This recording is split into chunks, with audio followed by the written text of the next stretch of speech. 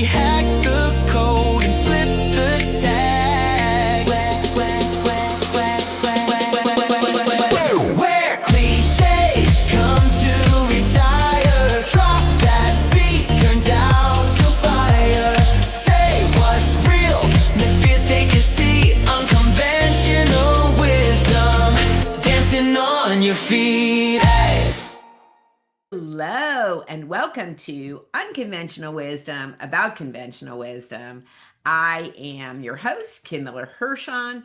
I am delighted to welcome Jason Clark, who is our guest today. And let me tell you a little bit about Jason. So, Jason is a creative leader and marketing strategist with a career spanning more than 3 decades. Clearly, must have started when he was 12, I'll take it. beginning in 1990. Since then, he has worked at the intersection of design, technology, and storytelling, helping organizations translate complex ideas into clear, compelling brands, which to me is just so interesting and genius. So, first of all, welcome, Jason. Thanks for having me. Glad to be here. Excellent. All right. Before we get into any of the business related questions, tell me a little bit about synchronicity. Great. Sure. This story goes back to my weird 20s. I was always on the hunt for wisdom in weird places. So no religion or belief system really caught me in a way that I could call myself X. So I read a lot about religion, different types of teachers and belief systems back then, studied all the religions, read the Bible a few times, read all the other texts a few times. And I came across this teacher from the early 1900s, and his name was Gurdjieff. And we don't necessarily have to go into what he taught, but if any of your readers or listeners are interested, happy to send some links there. Super interesting guy. Could have possibly been a fraud, but who knows? So anyway, he wrote this set of books in the early 1900s called Beelzebub's Tales to His Grandson. And it was a series of 3 books that were impossible to find back then because this was pre-internet, if you remember those times. So it wasn't, access to information wasn't always easy. So I had read about these books from other authors and writers and was like, this is super interesting. And apparently it was supposed to be like wisdom hidden inside of a story about this alien named Beelzebub that was observing humanity from the moon. That's as far as we need to go there.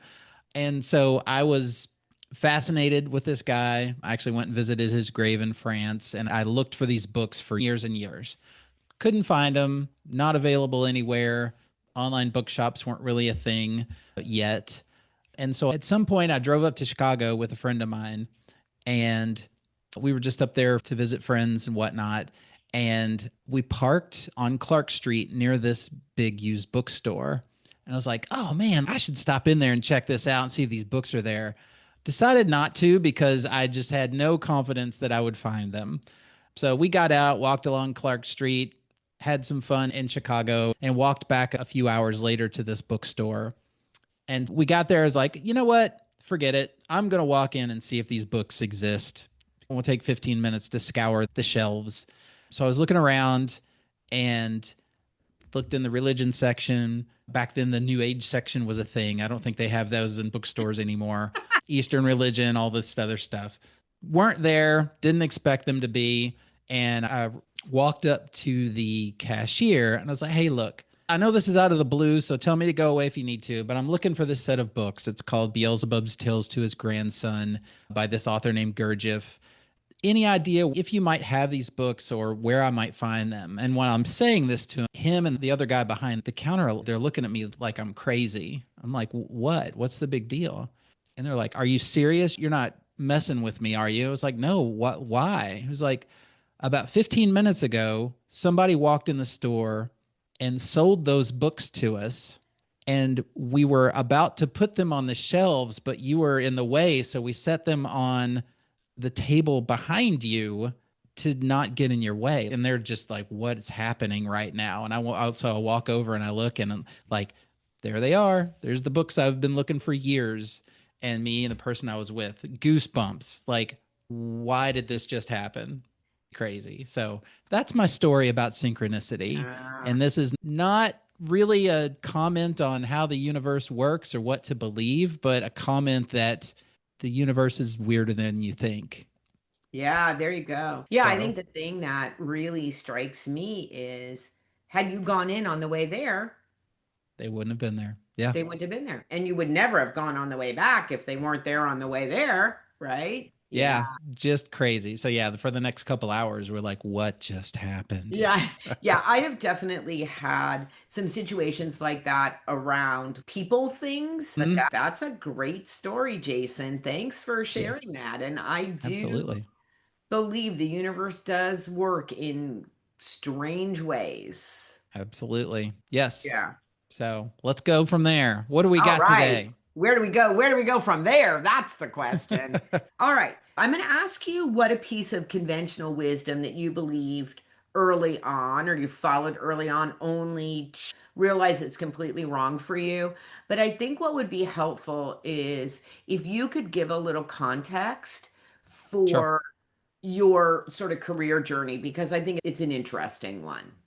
Yeah, absolutely. I grew up probably in a not very financially great part of the state and family and whatnot, and managed to kind of climb my way out of that into business ownership. I got into design and graphic arts and marketing in high school, which is probably how I've arrived in this industry for 30 years. I made it essentially into the ad agency world in the early 2000s and essentially bought into a small ad agency in 2003. Bought out my partner a few years after that and became 100% owner. Grew that business to about 18 employees. And then in 2023, almost exactly 20 years later, I sold that company, merged it with a bigger company, which is now known as Tectonic. So I went from 100% owner of agency to chief marketing officer of a much bigger digital services firm. So that's where Mhm. I am now. All right, excellent. Thank you for that background. I think that'll be helpful as you answer the questions and as we talk Sure. about business. So I think it's a really interesting question about what you followed early on and then what you're like, yeah, no. Yeah, yeah, sure. I guess the biggest thing that strikes me the most is when I was growing up and just trying to figure out the world, my dad used to say, Jason, you play the game or the game plays you, right? I still believe that, but in a different context now, because as evidenced by the first, how we booted off this conversation about the books, I'm I kind of live in a countercultural part of the world, right? I'm really into music. I'm really into weird music. I've lived a lot of lives outside of my business persona. And so the conventional wisdom early on in my business career is that I should keep those entirely separate, right? Hmm. On my LinkedIn profile, I shouldn't get too weird or shouldn't talk about whatever else in my life I'm interested in, right? Keep those Right. two worlds separate. And so I remember having a conversation with my old business partner because I've got tattoos. I'm like, hey, Kelly, should I wear long sleeves or cover these tattoos when we're having meetings? And he blew my mind at that time because Jason, if these people don't want to do business with us because you have tattoos, I don't want to do business with them. Right. And that was like, oh, wow, you can have that attitude. He's, yeah, I don't want to work with jerks. Hmm. So that's probably the conventional wisdom. And it reframed essentially my dad's advice of play the game or the game plays you, because everyone brings something to the game that Right. makes it interesting. And Right. that just kind of cracked open my attitude and approach. There was a time we actually signed a contract with this big hospital system in southern Indiana, and the marketing director there was, we'll sign this, but we need you to show us your back piece before we do. I was like, what? You want to see my tattoos? And they're like, yep. But Okay. yeah, that's people at their core are interesting. and they want to hear interesting stories and they want to work with people that are interesting. And that's part of what colors business, right? People think business Right. has to be this very vanilla, don't be yourself, wear the uniform, wear what people Right. think you should wear and how you should talk and all that. And it's just a load of BS. It really is. And if Right. I think we can do it in small bit, but if whatever we're doing requires us to do it full time, then you just don't get to show up as yourself, and that's pretty stressful and or just makes you super not happy. yeah, it will eventually lead you to a place that is not very happy. And that's got to be part of the algorithm of career and happiness is, and it's not find your passion because that's not necessarily great either, but it's find a way to exist in the business world or the world of your career while you're also staying true to yourself and your own values. Right. Somebody told me a story not too long ago where it's a guy and he wears nail polish, Mhm. and he was taking some law students, giving them a tour and giving them a talk around working in law. And he had somebody come up to him, a guy come up to him afterwards and say, I didn't know that was possible. Right. Right. Now, let's be realistic. In some firms, it's not, right? Absolutely. Yeah. Right. Sure. And then I think you and I would say, then that's not the firm for you. Yeah. And there's it also displays in other ways, right? We're a 100% remote digital services firm. There's a couple people that are really into sports. And when it's game day or their team is in the playoffs, they will come with the baseball hat and the jersey to the Zoom meetings, right? I'm not a sports guy, but I am really happy that they feel comfortable enough to do that here. So it's not be weird and you'll be successful. That's not the lesson here. The Right. lesson here is, and there are some people that are conservative and they want to be at a law firm where they are wearing their button down suits. And, there are people that belong in a place like that. And that's okay too. So that's also the lesson. It's again, it's not the lesson isn't you have to be weird. The lesson is you need to find a way that connects your values to the work that you do in your career. And a place where you can authentically show up for who you are. I've Yeah. told this story on the podcast before, but I was an at home mom for a number of years. And then I went back to work, and I have two master's degrees, but a lot of education, but at that point, not a lot of work experience, right? That Yeah. was valued. And it's interesting. I think moms today have a much better idea. And I think the market, the job sort of marketplace is much more willing to take the experience of running a family, doing volunteer work, and the organization. As I like to say, you may think that I have no experience, but I would like for you to run 20 volunteers that you Yes. can't fire, right? Yeah. You t- Operations. that's right. And then you tell me that's not valuable work, right? When Yeah. we raised tens or hundreds of thousands of dollars, right? But Yeah. I think at the time, I just wasn't either. I think it was a combination. I think the market wasn't really open for that interpretation of those skills. And I think I really didn't know how to tell the story that was compelling. That's right. That is a piece of it. Absolutely. You've got anybody that's trying to establish their foot into a career or a new career. Like you said, you are absolutely able to mine different pieces of your life experience and fit them into those buckets that people are probably looking for. One of my hobbies, and it has been since the early 90s, is I've got some friends and we do dance music parties. We do rave parties. Still into my mid 50s, we're still doing this. And I did that before I got into business. But what that was, there was a P&L. You had to hire DJs and fly them into town. You had to rent venues. There's all this work that goes into music promotion that, again, I was just doing for fun and I still do for fun. And So when it came time to learn how to do QuickBooks and consistently pay payroll and insurance and stuff, it was like, oh, okay, I've done this before. This Exactly. isn't, it's different, but it's not new. Yeah, and I think for me, so I ended up getting a job in an engineering firm, right? Cool. But then again, I would say to you, which if you are listening and not watching, I'm pretty colorful, right? And because I'm such a people pleaser, and I was younger, right? I'm still a Hmm. people pleaser, but I'm older now. So I have a very different idea around this now, but I changed how loud I was. I changed how I dressed, right? I changed all things to try to fit in to the environment. And in the end, I was pretty miserable. It Yeah. was not a And you can great, have all the money in the world. And if you're miserable, that money ain't worth the ink it's printed with. yeah, yeah. Or the crypto key, either one. Exactly. Yeah.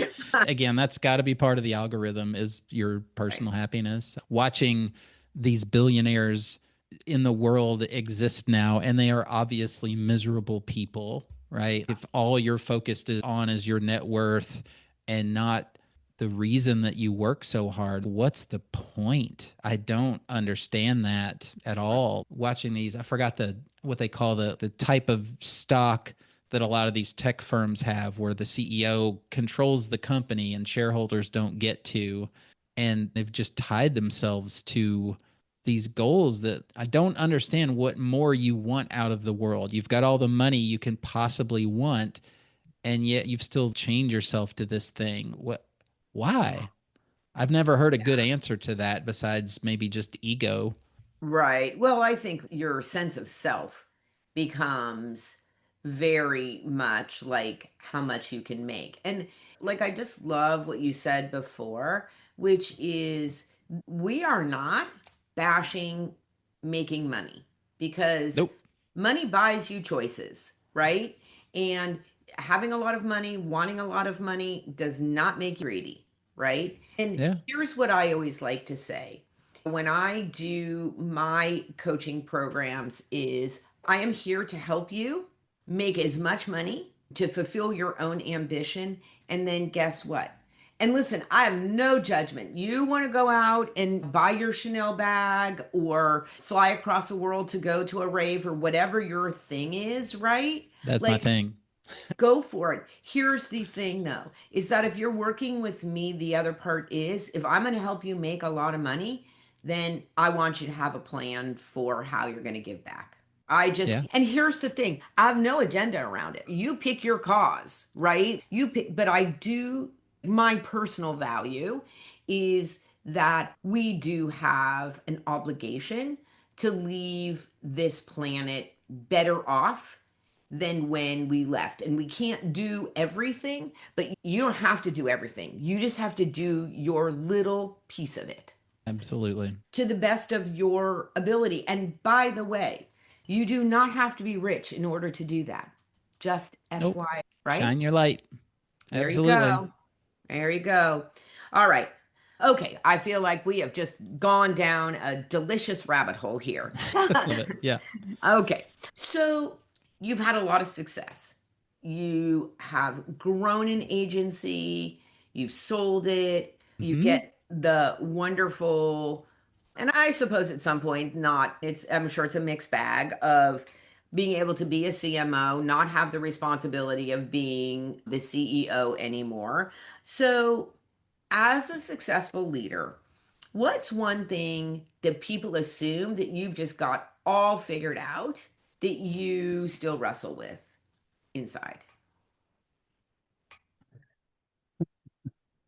Um, Probably the how to get there because Hmm. that piece is different for everybody, right? There's no, I look back and it's easy to trace the lines from just this schmo at a in high school that didn't know what the heck he was doing to someone who's probably ready to retire at age 55.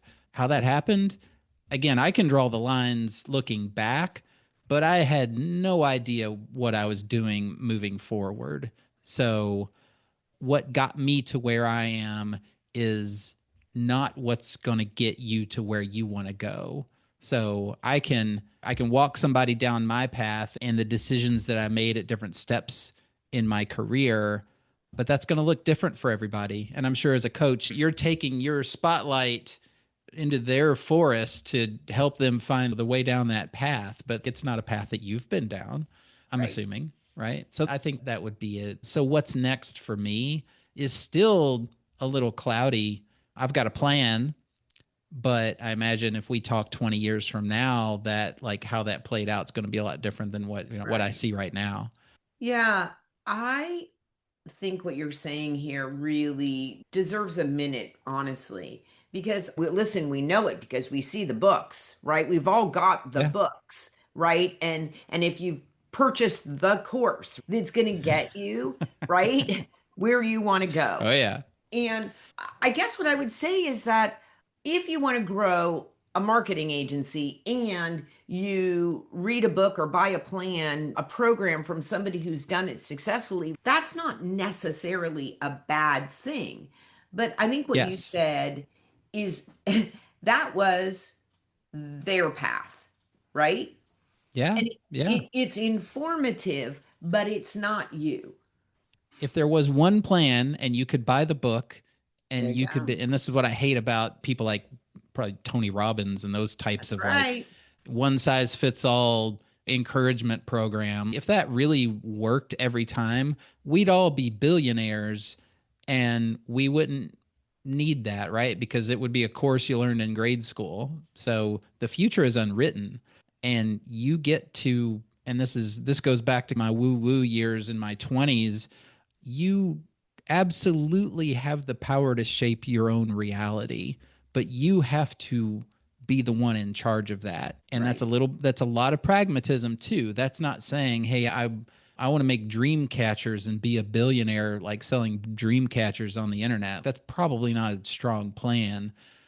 But with that pragmatism, there is probably a way.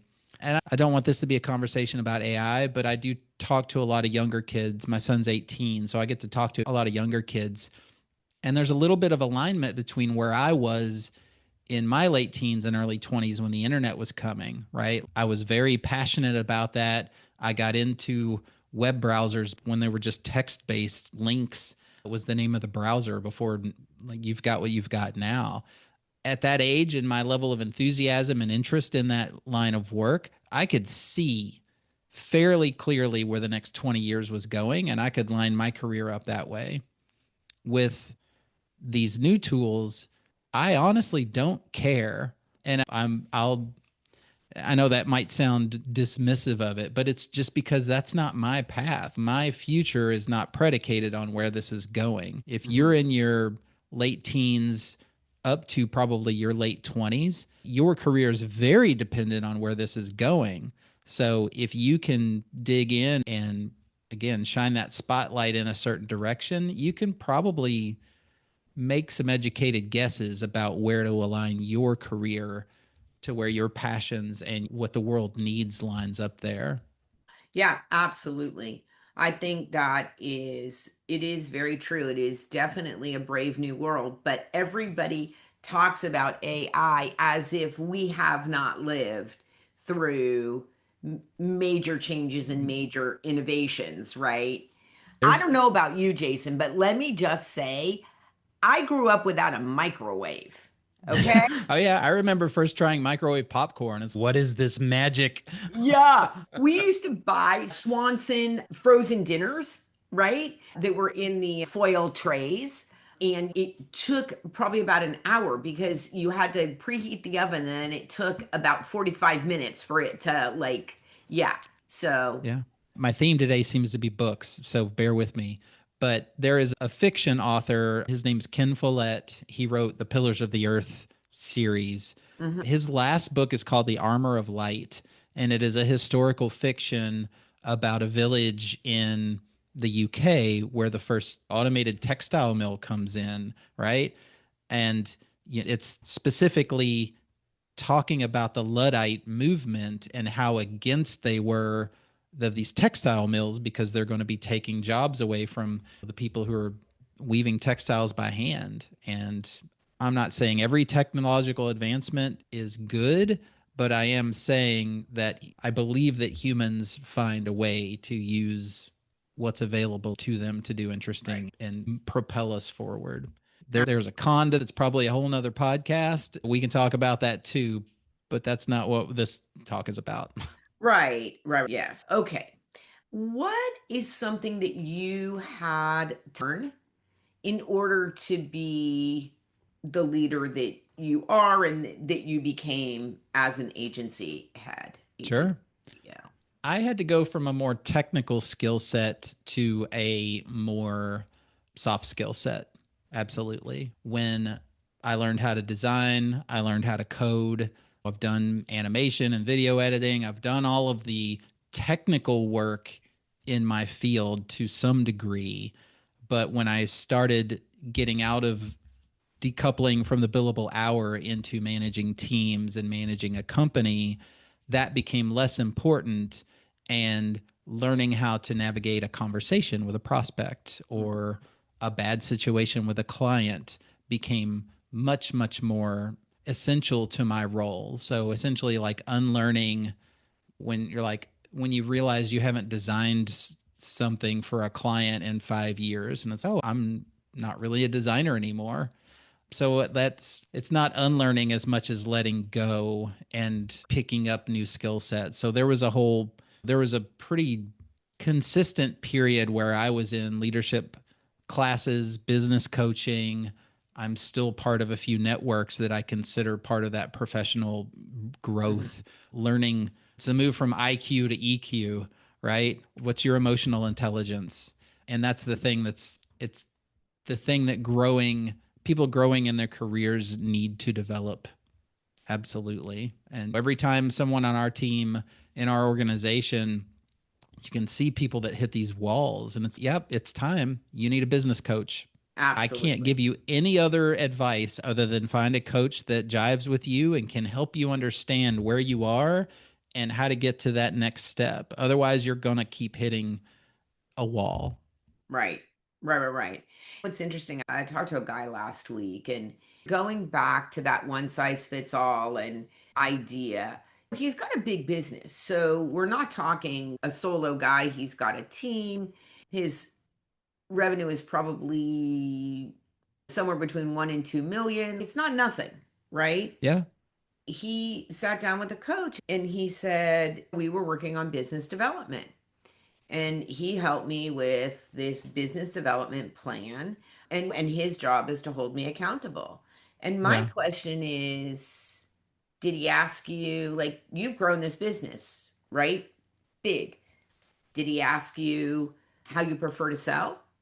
Did he ask you, tell me about the like a client that you closed that was really exciting for you? Where are you in this whole occasion? Yeah. Whole scenario, right?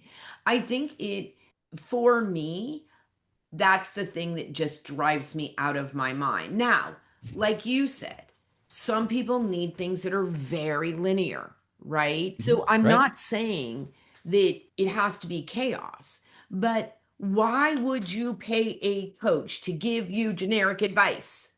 Like, Yeah. Right. Mm-hmm. you know? Well, that's actually a good time to know that you need one is when you have a specific challenge to overcome. Like mine was one of the most important employees in my company a few years ago came and gave their notice. I was like, "What? Why? This can't happen. Yeah. I don't want to work with you not here."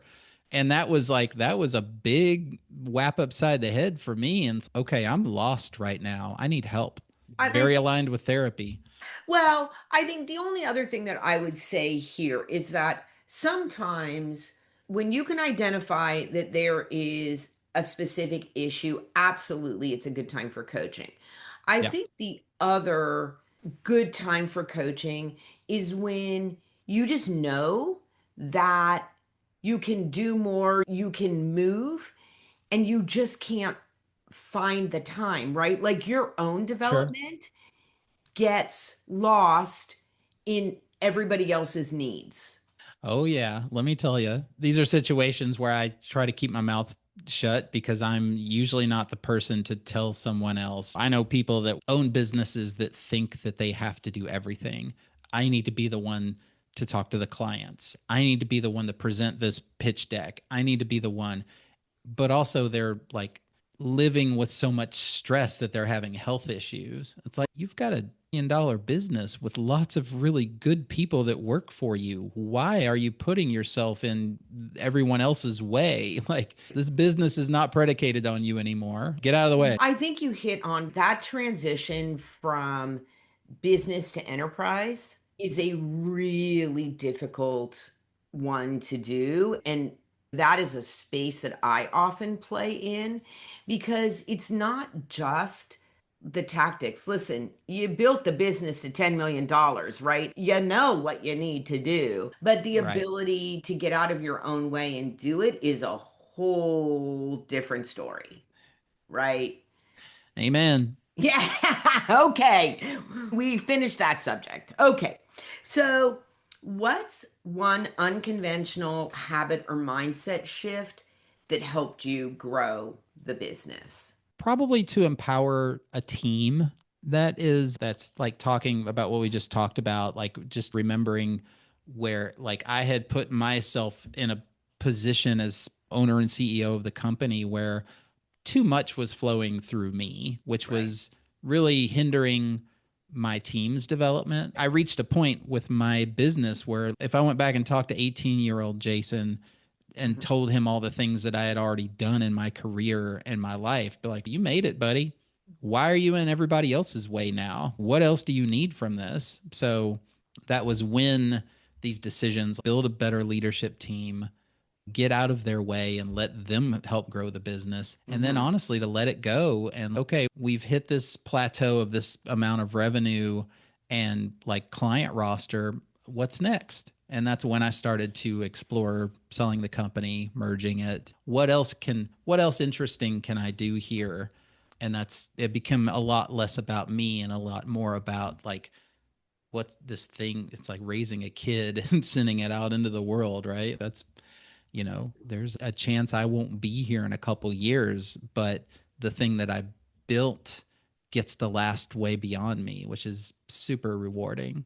Yep, that legacy is important. And along the way, you helped a lot of people, right? I hope Yeah. that's the goal. That's one of the goals, right? Again, shine Yeah. your light and There you go. hopefully set a good example. Yeah. One last question is a two-parter. So, oftentimes, successful leaders will battle imposter syndrome, right? That either moment of lack of confidence, or do I belong in this table, or just even sometimes it's not even a thought, it's just a feeling. It's just that feeling, right? Yeah. If that's going to happen to the now CMO version of Jason, what circumstance is potentially going to bring that up for you? And if it does, how do you get yourself moving forward again? Oh gosh, I'm going to be honest with you. I don't get imposter syndrome that much anymore. The world as it is right now and watching people execute on these billion-dollar companies and just be a complete moron about it is gives me more confidence in the work that I do. So, sorry, I don't know if that's too political for your podcast. Political for me. Okay, good. There's just you when you reach a certain level in your career, and some people are just born into this level of privilege and they're allowed to fail up time and time again. So I don't have a lot of imposter syndrome. Maybe being afraid of having imposter syndrome keeps me motivated, right? Like a lot of the Mhm. work that I lead, there is definitely technical bits of that work that I'm not good at anymore if I ever was good at it. There's so many rabbit holes of deep knowledge like CRMs and HubSpot, audience targeting with digital advertising, that kind of stuff that I just, I've either never been good at it or I no longer have that skill. So I have to depend on my team and the vendors that I hire to have that deeper level of knowledge. So instead of not having imposter syndrome, but making sure I have the bases covered with the things that I'm not good at, like you have to it's the self-awareness is more important there for me. Okay, I'm not going to be an expert here, and it's not my job to be the expert. My job is to hire the expert. So I think that's a great point, that this idea that you have to be all knowing, right? You don't actually have to be all knowing. I think this attitude of I'll figure it out, right? yeah, And honestly, there are sometimes I'll hire the people who know, and then there's also the you just don't know what you don't know, right? right. The So, best answer you can give to a client that asks a question that you're not prepared for is I don't know, but I know who knows, and I'll find that out for you. right. That's the only answer in that situation that makes any sense, because people can smell a bullshitter. Beep that out if you need to. But when someone starts talking in a meeting and they're just talking in circles because of a question that they don't know the answer to, that's obvious. Hmm. Obvious. So give yourself some grace and just, I don't know, is a complete sentence. There you go. I'll And find out for you is another complete sentence. that's right. And I think the other thing is that if you are an over talker, right? If your response to nervousness is just to keep working it out in your own mind, except for out loud, I think sometimes you really need some techniques Right. to stop. You need your little toolkit of pausing, repeating the question. And let me just tell you, you can only get away with saying that's a great question one time in a conversation. Yeah. I've got my tactic there is I'm kind of babbling now. So let me know if you get it. Oh, there you go. Call it out. Yeah, I know I'm babbling. I can keep talking if it helps you understand what we're talking about. Otherwise, stop me now because I feel like I'm babbling. Right. It's got to be okay. And I also, too, I think checking for understanding, right, Right. Yeah. is can also be a very important piece of this whole puzzle. It's funny, I was thinking about this recently. Aside from whatever the big thing is, do you have any other concerns? Do you have any other questions, right? In Yeah. fact, oh my God, Jason, I'm going to lay on you and all of the audience. Here is my favorite way to say that, as opposed to saying, do you have any questions, which honestly is a yes or no. Yeah. That is a yes or no question. What questions do you have? Yeah. Bring Yeah, it. because And that's then the, you're what is giving that? somebody permission. You're like, of course you're going to have questions. Just tell me what they are. And I don't remember the anecdote and who invented this or first observed it, but the most interesting person in the room is the one that's asking the most questions and letting other people talk. There you go. Yeah. So if you're letting the person talk that won't shut the hell up, though, find a way to get them to shut the hell up. There you go. That is a skill as a podcast host that I am learning. Yeah. Yeah, I try to be brief in my answers when I'm on a podcast because of that. It's if someone just babbles for 20 minutes Yeah. and doesn't take it anywhere, that's not useful to someone listening. Right. And also, do you remember the part about the pre-interview where we said this was supposed to be a conversation? It's Okay. like the Zoom call where the person's got their hand up for 25 minutes and nobody will let them ask their question. It's like, don't, Yeah. Yeah. situational awareness, folks. There Read you the go. room. Read the room. Read the room. All right. Speaking of reading the room, we have been just having such a good time here and chatting away. So we hope that you, as a listener, you had a good walk or a good drive or whatever it was that you were doing while you were listening to us. And Jason, I just want to thank you for really, I think, sharing your story and giving us really some things to think about here. I think it's super helpful. Yeah, thanks for having me. It was a fun conversation. Yeah, If it's absolutely. useful to your listeners. Yeah, I'm sure it will be. Jason's information will be in the show notes so you can get a hold of him. And they have a good digital agency. So if that is of interest, please contact him. For me, I would love for you to subscribe to my newsletter. People like it. It comes once a week, it's got one thing in it. And as we have been talking about today, there is an action that you can take, which I'm all about taking action. So, thank you so much for listening. This is Kim Miller-Hershon, Kim Miller-Hershon Coaching and Consulting. You've been listening to Unconventional Wisdom about conventional wisdom with my guest, Jason Clark. Go out there and be a better human. Where cliches come to retire. Drop that beat, turn down to fire. Say what's real, make fears take a seat. Unconventional wisdom, dancing on your feet.